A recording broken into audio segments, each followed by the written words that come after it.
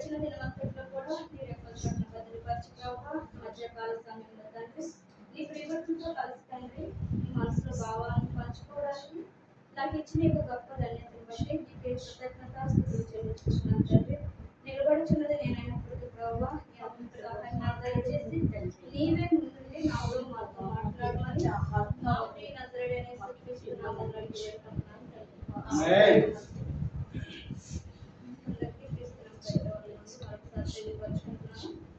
దేవుని యందు నమ్మిక ఉంచిన వారికి కొన్ని లక్షణాలు ఉంటాయి. ఆ లక్షణాల గురించి ఈరోజు మాట్లాడుతున్నాం. మనందరం కూడా దేవుని యందు నమ్మకం ఉంచాం కదా. అంటే నమ్మిక అనగానే మనం ఏమనుకుంటామంటే మనకి దేవుడు మేలు చేస్తేనే నమ్ముతాం. చాలా మంది కీడు సంభవిస్తే నమ్ముతారా? అది తక్కువ మంది నమ్ముతాం.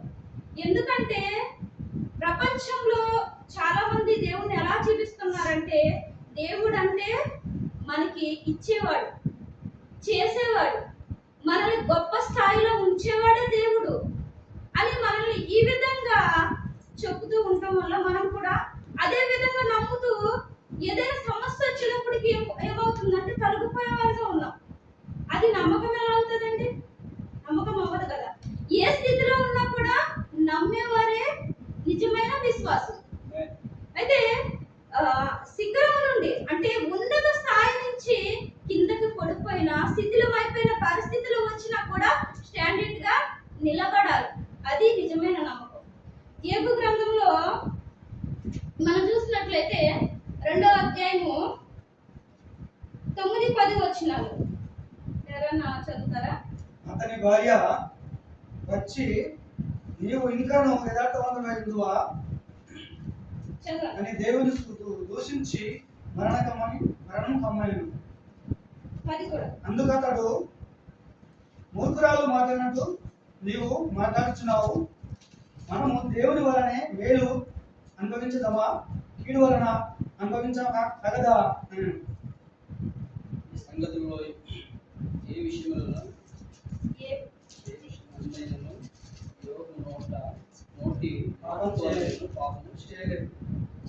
ఇక్కడ యోబు ఎలా ఉన్నాడండి? శిఖరం అంటే అంత విధంగా అంటే చాలా గొప్పవాడిగా మనం చూస్తున్నాం. కానీ ఆయన ఉన్నట్టుండి సమస్తమును కోల్పోయాడు. కోల్పోయినప్పుడు తన భార్య మాట్లాడుతుంది, నువ్వు ఇక్కడి నుంచి అయినా సమస్తం కోల్పోయావు కదా, నీ పిల్లలు లేరు, కుటుంబం అంతా కూడా చిన్నమైపోయింది, ఆస్తి పోయింది, సమస్తాన్ని కోల్పోయావు. కోల్పోయినప్పుడు ఇంకెందుకు దేవుడు వదిలే అన్నప్పుడు యోబు మాట్లాడుతున్న మాటలు చూడండి. అందుకతడు మూర్ఖురాలు మాట్లాడినట్లు నీవు మాట్లాడుచున్నావు. మనము దేవుని వలన మేలు అనుభవించుదమా, కీడును మనము అనుభవింపమా తగదు అని ఏమంటున్నాడు? మనం మేలు పొందుకుంటేనే దేవుడా, కీడు జరిగితే దేవుడు కాదా అన్నట్టు మాట్లాడు. అంటే ఒక నమ్మకము ఏ విధంగా ఉందంటే యోబుకి నా దేవుడు ఏమి ఇచ్చాడు, ఇప్పుడు దాకా ఇచ్చాడు, సంతోషించాను, ఎంతో సంబరంగా ఎంతో నా కుటుంబంతో ఉన్నప్పుడు తీసివేసుకున్నాడు. ఏదైనా కూడా దేవునికి స్తోత్రం కదండి. అందుకే ఆయన ఏమన్నాడు? అనుభవించాము, ఇప్పుడు దాకా మేలునే అనుభవించాము, ఎన్నో అనుభవించాము, కానీ ఇక్కడి నుంచి కీడు సంభవించినా కూడా మనం ఏం చేయాలి? నమ్మకముగా ఉండాలి అంటున్నాడు కదండి. ఈ నమ్మకము ముందుగానే దేవుడు చెప్పాడండి. యోబు మీద నమ్మకం పెట్టుకుంది ఎవరు? ముందు దేవుడే పెట్టుకున్నాడు. పెట్టుకుని ఏమంటున్నాడు? అపవాదితో మాట్లాడుతున్నాడు, నా యోబు సంగతి నువ్వు చూసావా, నా యోబు నీళ్ళు పరిశీలించావా, అతను ఏమాత్రం కూడా తొలగిపోయేవాడు కాదని ముందు సాక్ష్యం ఇచ్చింది ఎవరు? చంద్రైన దేవుడే. దేవుడిచ్చాడు. ఆ నమ్మకాన్ని నిలబెట్టాడు ఎవరు? యోబు. నమ్మకస్తుడికి ఉండవలసిన మొదటి స్థితి ఏంటంటే, మొదటి ఏముండాలి? ఏ స్థితిలో ఉన్నా నువ్వు ఉన్నత స్థితిలోనే ఉంటేనే, అన్ని ఇస్తేనే దేవుడు కాదు. సమస్తాన్ని కోల్పోయినా కూడా నీ స్థితిలో అయిపోయిన స్థితిలో కూడా నువ్వు ఎలా ఉండాలి? యోబులాగా ఉండాలి. ఏమాత్రం కూడా నీరసపడిపోకూడదు. ఇది లేదే, ఇది పోయిందే, ఇది జరుగుతుంది అని మర్యాద పడిపోతూ ఉంటారు అదండి. దిగులు పడిపోతూ ఉంటారు, దేవునికి దూరం అయిపోతూ ఉంటారు. అది నమ్మకం కాదండి. ఏ స్థితిలో ఉన్నా కూడా నమ్మకం ఉంచాలి. మరొక సందర్భం చూద్దాం. దానియేలు గ్రంథము 3వ అధ్యాయము 17-18 వచనాలు. దానియేలు గ్రంథము 17వ అధ్యాయము 18, 3వ అధ్యాయము 17-18 వచనాలు. మేము సేవించుచున్న దేవుడు మండుచున్న వేడి మిగులయ్యే అగ్నిగుండములో నుండి మమ్మను తప్పించి రక్షించుటకు సమర్థుడు. మరియు నీ వశమున పడకుండా ఆయన మమ్మను రక్షించును. ఒకవేళ ఆయన రక్షింపకపోయినను రాజా, నీ దేవతలను మేము పూజింపమనియు నీవు నిలువబెట్టిన చిన్న బంగారు ప్రతిమకు నమస్కరింపక తెలుసుకుందుము. అందుకు ఏమంటున్నారండి ఇక్కడ? శత్రుకు మెషకు అబేద్కేల్ పరిస్థితి ఎలా ఉంది? మండుచున్న అగ్నిగుండంలో ఆ ప్రతిమకు మొక్కకపోతే వాళ్ళ స్థితి ఎలా ఉంటదంటే ఘోరమైన అగ్నిగుండంలో వేసేస్తారు. అప్పుడు రాజులు చెప్పినట్టు చేయకపోతే అది ఘోరమైన శిక్ష ఉండేది. ఆ శిక్షకు భయపడైనా కూడా రాజు ఏం చెప్తే అలా చెయ్యాలి. ఎందుకంటే చేయకపోతే చంపేస్తారు. అది ఎంత ఘోరంగా ఉంటదంటే బ్రతికుండగానే నరకం చూపించి చంపేస్తారు. ఇప్పుడు శత్రుకు మెస్సికు అబేద్కేల్ పరిస్థితులు కూడా అలా ఉన్నాయి. ఆ యవనస్తులు ఏమంటున్నారు? రాజుని ఏమని అడుగుతున్నారు? మేము ఒకవేళ మా దేవుడు గొప్పవాడు కాబట్టి మా దేవుడు మమ్మల్ని కాపాడకపోయినా పర్వాలేదు, కానీ నువ్వు పెట్టి నీ ప్రతిమకైతే మేము నమస్కారం చేయము అంటే ఎదురయ్యే ఎంత శోధనకరమైన స్థితులు, ఎంత భయంకరమైన పరిస్థితులకు కూడా భయపడకుండా నిలబడ్డారండి. అటువంటి నమ్మకం కలిగిన వారుగా ఉండాలి. ప్రతి ఒక్కరు కూడా శోధన వచ్చినప్పుడు ఏదైనా భయంకరమైన స్థితులు, ఇప్పుడు సహోదరు చెప్పింది తన కుమారునికి ఎవరికో బాలేదు. మరి అలాంటి పరిస్థితుల్లో ఎలా ఉండాలి? మనం నమ్మకంగా దేవుని యందు ఆధారపడే విధంగా మనం ఉండాలి. ఎందుకంటే మన ముందున్న పరిస్థితులు ఎలా ఉంటాయంటే చాలా భయంకరంగా ఉంటాయి. ఎందుకంటే వాటిని ముందుకు పెడితే ఏం చేస్తామంటే తొలగిపోతాం కాబట్టి తొలగిపోతాం. ఏబుకు కూడా ముందు ఏం పెట్టారు? భయంకరమైన పరిస్థితులు పెట్టారు. ఎందుకని పెట్టాడు అపవాది అంటే ఇలాగ భయపెడితే, ఇలాగ చేస్తే దేవుని యందు నా యందు నమ్మకం ఉంచాడు అని తండ్రైన దేవుడే సాక్ష్యం చెప్పాడు. కాబట్టి ఆ నమ్మకాన్ని ఉమ్ము చేయాలి, ఆ నమ్మకమును పాడు చేయాలి, ఎలా అయినా తొలగించాలి. దేవుని యందు తొలగించాలి. వాళ్ళని తొలగించాలంటే ఏదో ఒకటి వాళ్ళ ముందు ఏదో ఒకటి ప్రమాదకరమైనది పెట్టాలి. అలాగే ఇక్కడ కూడా ఈ యవనస్తులకి పెడుతున్న అతి భయంకరమైన అగ్నికుండము లాంటి పరిస్థితులు కదండి. అలాంటి పరిస్థితుల్లో కూడా వాళ్ళు మాట్లాడుతున్న మాట ఏంటి? నీ వశము రాజా, నీ దేవతలు మేము పూజింపమనియు నీవు నిలవబెట్టిన చిన్న ప్రతి బంగారు ప్రతిమకు నమస్కరింపమనియు నీవు తెలుసుకొనుము. ఏమంటున్నారు? నీవు ఒకసారి తెలుసుకో, నువ్వు పెట్టిన ప్రతిమకు మేము మొక్కము. ఒకవేళ చనిపోయినా కూడా మాకు ఇష్టమే. ఎందుకంటే మా దేవుడు అలాంటి దేవుడు, గొప్పవాడు. ఒకవేళ ఆయన వచ్చి మమ్మల్ని రక్షింపకపోయినా మాకు ఇష్టమే. ఎందుకంటే మరణమైన జీవమైన ఆయన వశంలో ఉన్నాయి కాబట్టి ఆయనకు అప్పగిచ్చేసాం. ఈ పరిస్థితిలో మేము వెనక్కి చూసుకునే పరిస్థితి లేదు. తీసుకెళ్ళి వేసేస్తావా? వేసే.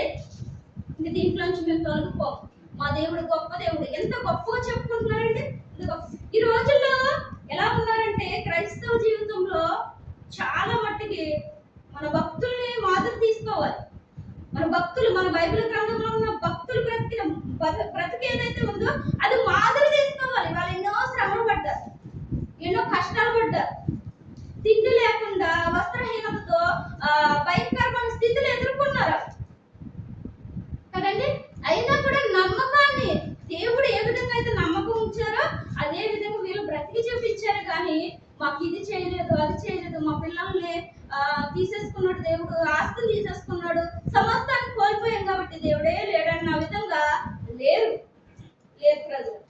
కానీ మరొక వ్యక్తిని మనం చూసినట్లయితే దేవుడు సమస్తాన్ని అప్పగించాడు. నమ్మి సమస్తాన్ని అప్పగించి నువ్వు స్వేచ్ఛగా బ్రతుకు, నువ్వు స్వేచ్ఛగా ఉండు, నీకు ఇచ్చిన దాన్ని నువ్వు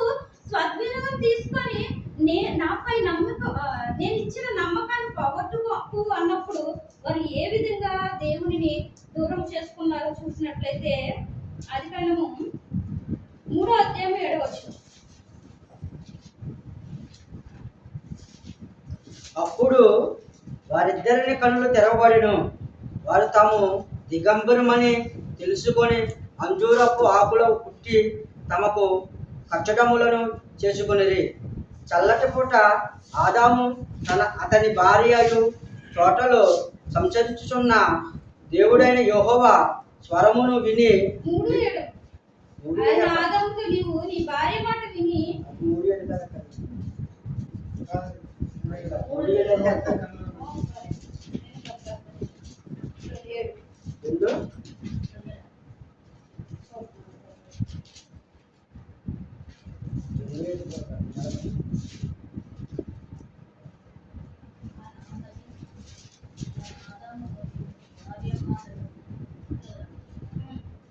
అది 3:17 ఆయన ఆదాముతో నీవు నీ భార్య మాట విని తినవద్దని నేను నీకు ఆజ్ఞాపించిన వృక్షఫలములు తింటివి గనుక నీ నిమిత్తము నేల శపింపబడి ఉన్నది. ప్రయాసముతోనే నీవు బ్రతుకుదువు, దినములన్నీయు దాని పంట తిందువు. ఇక్కడ అవ్వాదముని నమ్మే కదండి, తన ఏదోని వనంలో సమస్తాన్ని అప్పగించాడు కదా. ఒక నమ్మకాన్ని వాళ్ళు ఏం చేశారంటే తీసివేశారు. అంటే దేవుని నమ్మలేదు, భార్యను నమ్మాడు కానీ దేవుని నమ్మలేదు. దేవుడు ఏం చెప్పాడు? తినొద్దు, తిన్న దినమున నువ్వు ఏమవుతావు? చేస్తావు కాబట్టి తినొద్దు అన్నప్పుడు ఏం చేశాడంటే ఆదాము భార్య మాట విని దేవుని మాటను పక్కన పెట్టాడు. అయ్యో ఎంత నమ్మకంతో ఇదంతా కూడా నాకు అప్పచెప్పాడు కదా దేవుడు, అంతే నమ్మకంగా నేను చేయాలి. అంతకు ముందే అపవాది ప్రేరేపించినప్పుడు తినలేదు, మరి అదే నమ్మకం భార్య దగ్గర లేక భార్య మాటలకి ఏమి ఇచ్చేసాడు? చోటిచ్చేసి దేవుడు పెట్టుకున్న నమ్మకాన్ని ఏం చేశాడు? పాడు చేశాడండి. ఆ విధంగా ఉండకూడదు. ఆ విధంగా ఉంటే అది నమ్మకం అంటారా? నమ్మకం కాదు. దేవుని నమ్మకాన్ని ధిక్కరించారు కాబట్టి ఈ రోజు మరణం అనేది ప్రతి ఒక్కరికి సంభవించింది. మరణం అనేది ముందు ఇచ్చాడు దేవుడు, ఇవ్వలేదు. ఎందుకు ఇవ్వలేదు అంటే నా బిడ్డ నా మాట వింటాడు, నేను చెప్పినట్టు చేస్తాడు కాబట్టి నిత్యము బ్రతకాలి, నిత్యము జీవించాలి, నిత్యము నా మాటిని స్వేచ్ఛగా ఉండాలి అని ఒక పనప్పు చెప్పినప్పుడు ఆ నమ్మకాన్ని విడిచిపెట్టారు కాబట్టి, ఆ నమ్మకాన్ని వదులుకున్నారు కాబట్టి మరణం అనేది సంభవించింది. అంటే దేవునిపై నమ్మకము ఏ విధంగా ఉంచాలి అనేది మనం ఇద్దరు వ్యక్తుల్లో తీసుకున్నాం కదా. మరొక వ్యక్తి, ఈ వ్యక్తి గురించి దేవుడే సాక్ష్యం ఇస్తున్నాడు. పిల్లలు లేక ముందు నుంచే దేవుడు గొప్ప సాక్షిగా ఈ వ్యక్తి గురించి మనకి చెప్తున్నట్లుగా కనపడుతుంది. ఆదికాండము 18వ అధ్యాయము 19వ వచనం.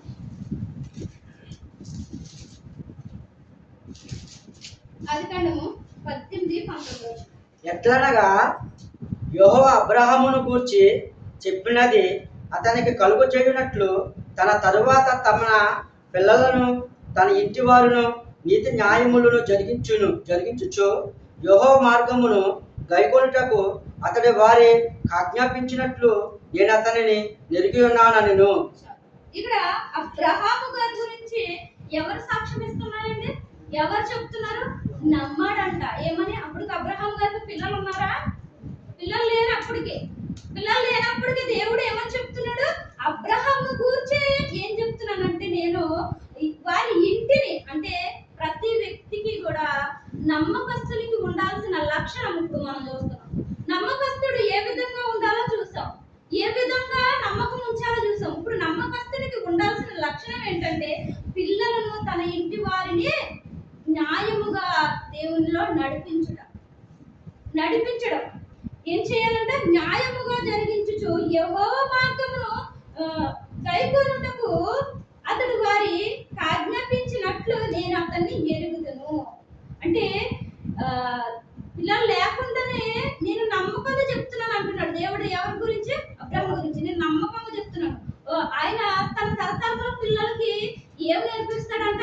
నీది న్యాయంలోనే నేర్పిస్తాడంట. తన కుటుంబాన్ని కట్టుకుంటాడు. అలాగా కట్టుకోవాలి అంటే మనము నడుస్తున్నాం దేవుళ్ళో, మనం నడుస్తున్నాం. మన నిమిత్తము దేవుడు సాక్షి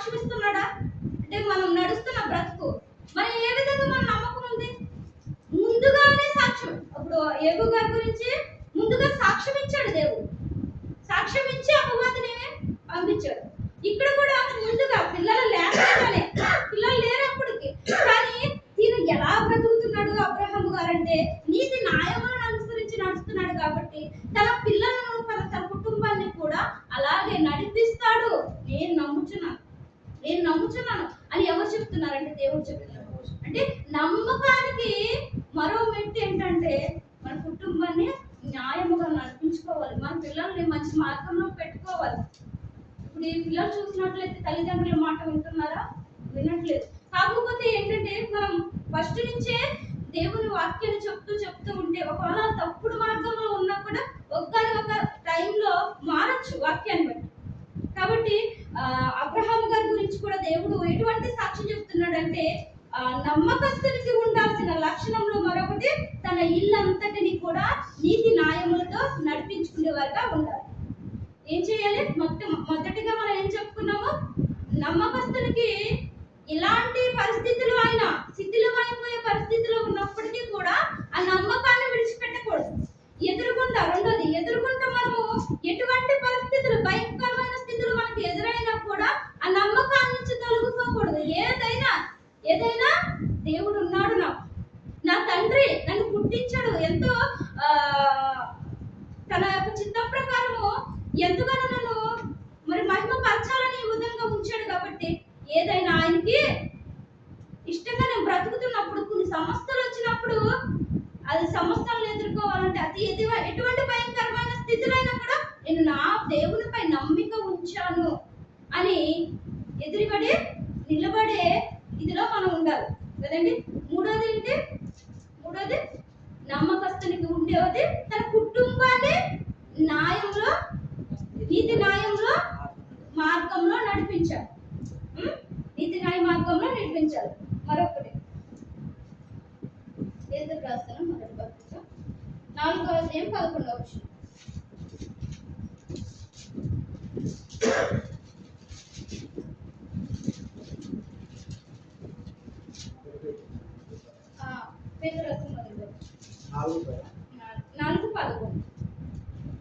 ఒకడు బోధించిన ఎడల దేహోక్తులను బోధించినట్లు బోధింపవలెను. ఒకడు ఉపచారము చేసిన ఎడల దేవుడు అనుగ్రహించు సామర్థ్యము నుండి చేయవలెను. ఇందువలన దేవుడు అన్నిటిలోనూ యేసుక్రీస్తు ద్వారా మహిమపరచబడును. యుగయుగములు మహిమయు ప్రభావములు ఆయనకు ఉండును గాక. ఆమేన్. యుగయుగములు మహిమలు ప్రభావములు కలగాలంటే ఏ విధంగా ఉండాలంటే సామర్థ్యత ఇచ్చాడంట. ప్రతి ఒక్కరికి ఒక్కొక్క సామర్థ్యత. ఒకరికి ప్రార్థన చేసే, ఒకరికి పాటలు పాడేది, ఒకరికి వాక్యం చెప్పేది, ఒక్కొక్కరికి ఒక సామర్థ్యత. ఆ సామర్థ్యతను మనము నెరవేర్చినప్పుడు అంటే నమ్మకంగా ఆయనలో ఉంటూ ఆయన పని చేస్తున్నప్పుడు, ఒక విధంగా చెప్పాలంటే ఆయన పని చేస్తున్నప్పుడు అప్పుడు ఆయనకి మహిమ కలుగుతుందంట. ఎవరికైతే ఏ సామర్థ్యత చొప్పున వారు చేస్తూ ఉండాలి.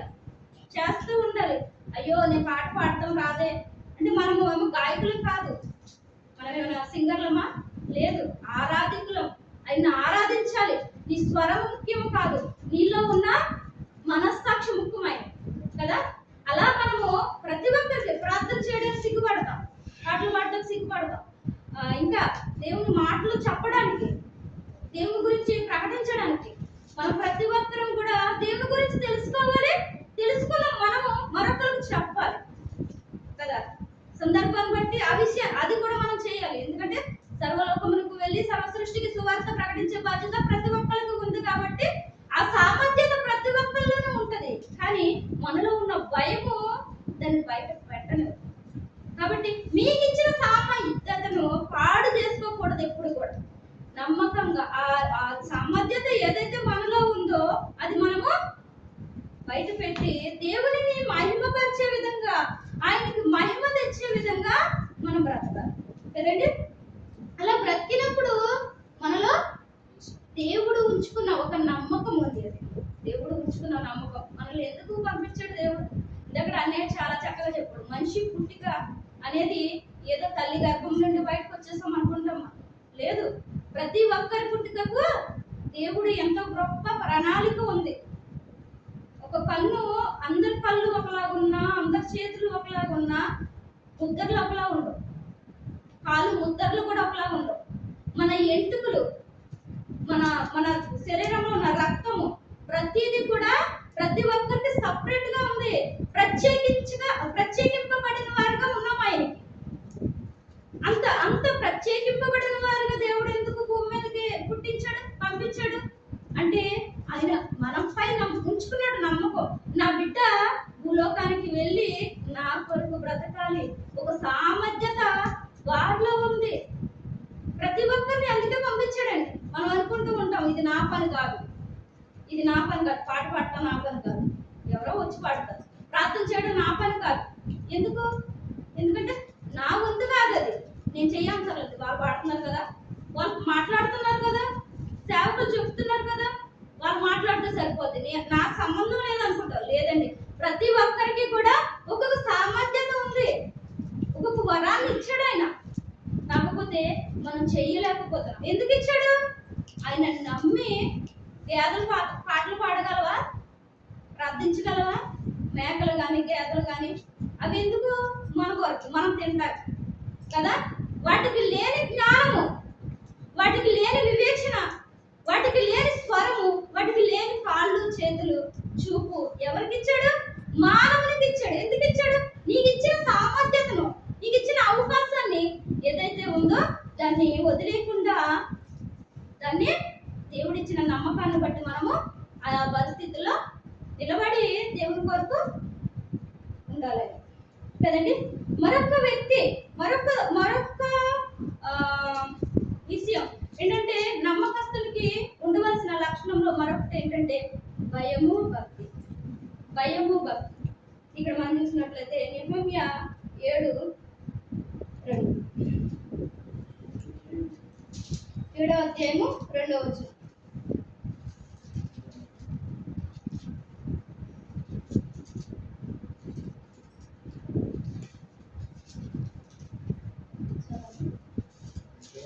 నా సహోదరుడైన 7వ అధ్యాయము 2వ వచనం. నా సహోదరుడైన నహమానికి బోధకును అధిపతి అయిన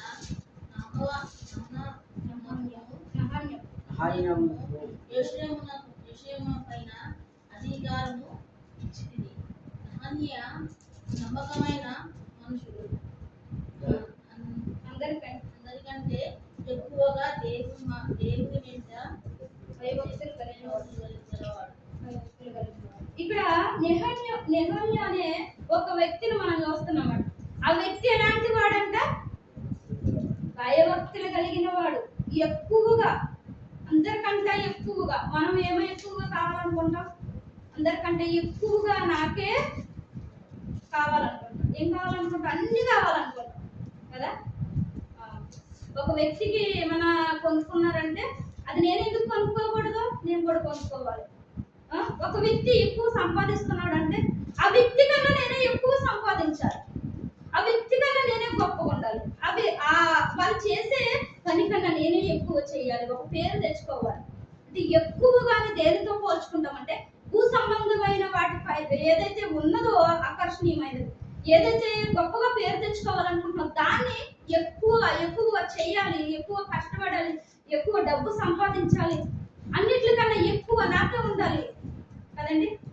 ఇలా అన్నిటికీ మనం ఎక్కువగా కావాలి, ఎక్కువ ఉండాలి అనుకుంటాం. కానీ దేవుని యందంట భయభక్తులు ఎలా ఉండాలంట?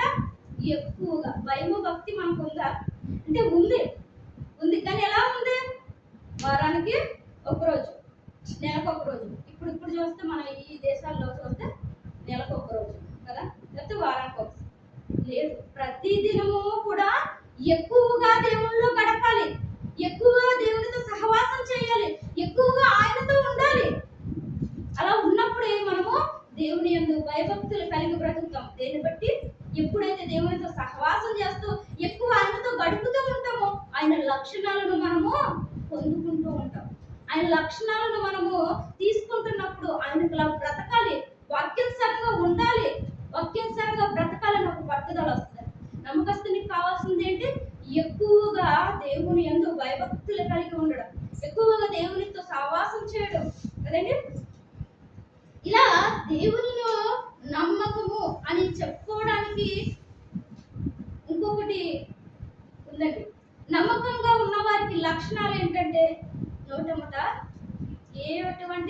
నమ్మకరమైన మాటలు రాకూడదు. నమ్మకంగా బ్రతుకుతున్నామా? నమ్మకరంగా బ్రతుకుతున్నప్పుడు మన మాటలు ఎలా ఉండాలి? ఔషధం వలె ఉండాలి, నమ్మకమైన దాసుని వలె ఉండాలి. చూడండి, సామెతలు 13వ అధ్యాయము 17వ వచనం.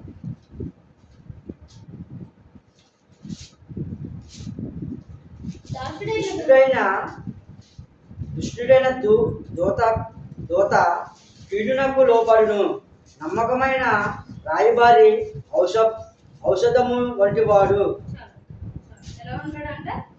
దుష్టుడైన దూత కీడు చేయడానికి కీడునకు లోబడును, నమ్మకమైన చేస్తూ ఉంటాడంట. దానికి లోబడిపోతాడు, దానికి చోటిస్తాడు, ఇంక దానికి దాసి అయిపోతాడు. కానీ నమ్మకమైన రాయబారి ఎలా ఉంటాడంట? ఔషధము వంటి వాడు అంట. ఔషధం వంటి వాడు. నమ్మకంలో ఉన్నవాడు ఎలా ఉండాలంటే ఔషధం. ఔషధం అంటే ఏంటండి? మనకు బలం వచ్చినప్పుడు డాక్టర్ దగ్గరికి వెళ్తాం. అనారోగ్యంగా ఉన్నప్పుడు డాక్టర్ దగ్గరికి వెళ్ళినప్పుడు ఏదో రోగం వచ్చింది, మనకని కాదు, పరిస్థితి చెప్తాం. కొన్ని ఎవరికైనా ఒక రోగం వచ్చింది, ఏమంటాడంటే మీరు కొన్ని రోజుల్లో బ్రతకరని డాక్టర్కి తెలుసు. కానీ ధైర్యపరచడానికి ఏం చెప్తాడంటే, నీకేంటయ్యా ఉప్పులో ఉన్నావు, నీకే రోగం లేదు, నువ్వు సంతోషంగా ఉండొచ్చు అని చెప్తాడు. నువ్వు కొద్ది నిమిషాల్లో చనిపోవలసిన వాడికైనా అయ్యే మాటలు చెప్తాడు. ఎందుకనంటే కొద్దిసేపు అయినా సంతోషిస్తాడు, ఆనందిస్తాడు. ఆ సంతోషాన్ని చూడాలని. అంటే ఒక డాక్టర్ ఏ విధంగా అయితే ఒక పేషెంట్ని ఆ యొక్క వ్యాధి నుంచి కొంచెమైనా ఊరటి వస్తుంది కాబట్టి కొంచెమైన రిలీఫ్ అవుతాడు, కొంచెమైనా సంతోషిస్తాడు. చివరి దినాల్లో సంతోష పెట్టాలి కాబట్టి నా మాట ఎలా ఉండాలనుకుంటాడంటే, కొంతమంది మాటలు చావు దాకా వెళ్ళిపోతాయండి. భార్య భర్తల మధ్య కాపురంలో చిచ్చు పెట్టే వాళ్ళు మాట్లాడతారు కదా, ఎలా వెళ్ళిపోతాయంటే సంసారాలు వెళ్ళిపోతాయి, గొడవలు అయిపోతాయి, వాళ్ళ జీవితాలు పాడైపోతాయి. ఆ విధంగా ఉండకూడదు. ఏ విధంగా ఉండాలంటే ఒక మందులాగా, ఒక ఔషధంలాగా నువ్వు మాట్లాడే మాట ఒక మనిషిని బ్రతికించే విధంగా ఉండాలి, కానీ జీవితాన్ని పాడు చేసే విధంగా ఉండకూడదు. ఏంటంటే మరొక లక్షణము, మనం ఔషధం వలె ఉండాలంట. మన మాట తీరు చక్కగా ఉండాలి. ఎదుటి వారితో మాట్లాడినప్పుడు, ఎదుటి వారిని పలకరించినప్పుడు ఏమనుకోవాలంటే, ఈవిడే క్రైస్తవురాలు. ఎందుకంటే ఈమె మాట తీరుని చూస్తే అలానే ఉంది. ఎలా కనిపెట్టాలి? మన మాట తీరు, మన ప్రవర్తన బట్టి ఎదుటి మనిషి ఎలాంటిది అనేది తెలుసుకుంటారు చాలా మంది. కొంతమంది మాట్లాడుతున్నప్పుడు ఎలా ఉంటుందంటే, బాబో ఈవిడ నోరిప్పుతేనా ఏముండదు, అయిపోయినట్టు.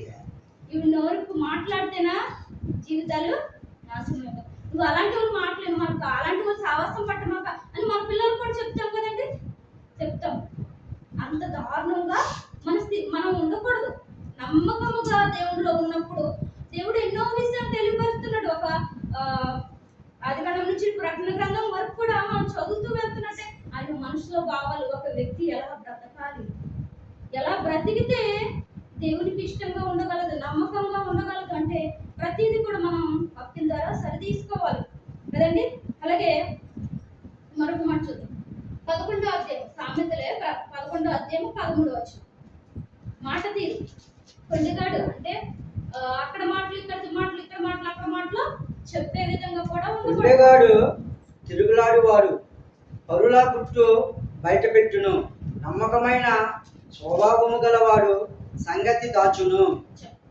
ఏంటంట? ఏం చేస్తాడంట? సంగతి దాచే విధంగా ఉండాలి, కానీ సంగతిని తీసుకెళ్లి గొడవలు పెట్టే విధంగా ఉండకూడదు. కొండగాడు అంటే ఎవరండి? ఇక్కడ తిరిగి చాడీలు చెప్పేవాడు కొండిగాడు. తిరిగిలాడేవాడిని కొండిగాడు అంటాడు. అలాంటి స్వభావం మనకు ఉండకుండా ఏం చేయాలంట? సంగతిని దాచిపెట్టే విధంగా ఉండాలంట. అవును, ఒక వ్యక్తి తప్పే చేస్తున్నాడు, లేకపోతే దేవునికి వ్యతిరేకంగా తిరుగుతున్నాడు, లేకపోతే నిన్నేదో అన్నాడు నీకు తెలిసినప్పుడు దాని విషయాన్ని ఏం చేయాలి? దేవుని ముందు పెట్టాలి. కానీ పలానా మా అమ్మ తక్కనే సుమా ఏదో ఉంది, లేకపోతే ఇంకొకరు ఏదో అన్నారని మనము ఒకరికొకరు చెప్పుకునే విధంగా ఉండకూడదు. ఏ విధంగా ఉండాలంట? ఒక వ్యక్తి గురించి ఏమైనా తెలిసినప్పుడు, లేదా ఒక వ్యక్తి గురించి ఏమైనా తప్పుడు విషయాలు మనకి ఎదురుపడినప్పుడు చాలా సంబరం పడిపోతారండి. ఎప్పుడైతే వేరే వాళ్ళు ముట్టించేద్దామా, పంపలు అంటించేద్దామా కదా. అది అది ఆ లక్షణము ఉండకూడదు. దేవుని బిడ్డలు, దేవుని యందు నమ్మిక ఉంచిన వారి లక్షణం ఎలా ఉంటుందంటే, సంగతి ఏదైతే ఉందో అది భద్రంగా దాచిపెట్టి దేవుని ముందు పెడతారు. ఒక వ్యక్తి పాడైపోతున్నాడు అనుకో, ఒక వ్యక్తి తప్పుడు దారిలో నడుస్తున్నాడు అనుకో, తనకి దేవునికి వ్యతిరేకంగా మాట్లాడుతున్నాడు అనుకో, దేవా ఈ బిడ్డ విషయంలో ఇదిగో నీ ముందు పెడుతున్నా, నువ్వే చూస్తాయా కదా. అప్పుడే దేవునికి మనము ఎలాంటి వారుగా ఉంటామో, నమ్మకమైన దాసునిగా ఉంటాం, నమ్మకమైన దాసురాలుగా ఉంటాం కదా. అలాగే సామెతల గ్రంథము 28వ అధ్యాయం 20వ వచనం.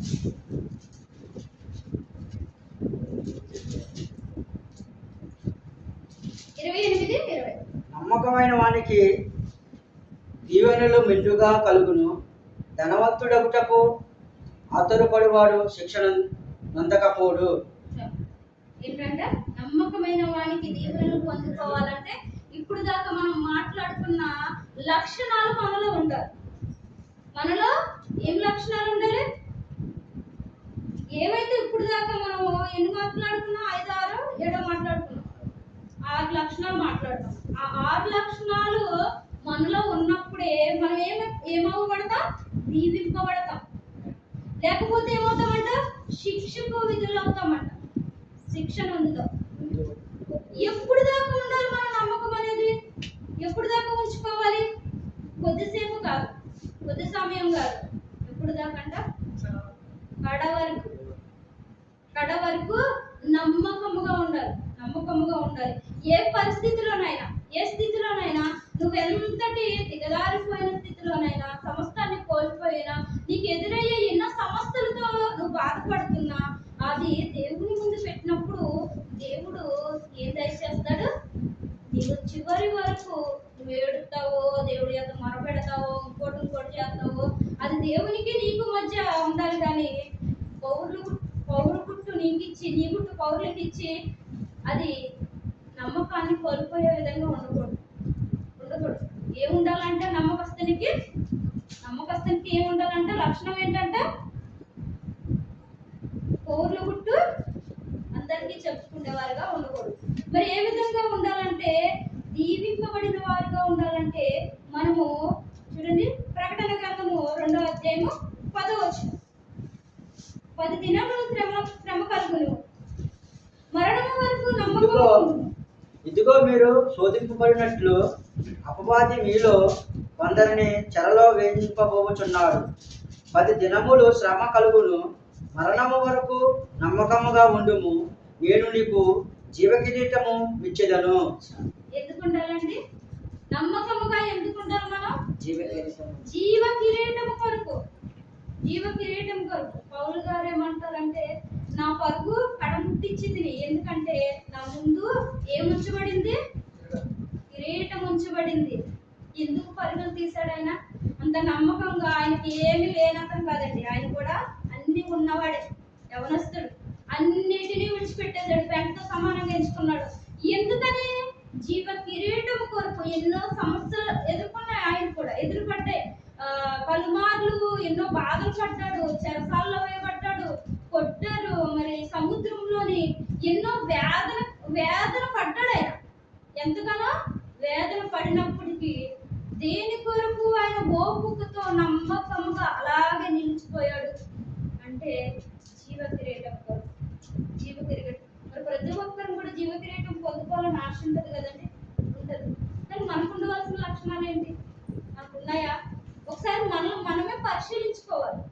మనము నమ్మకంగా ఉన్నాము అని చెప్పుకుంటూ కాదు, ఎలాంటి నమ్మకం కావాలంట?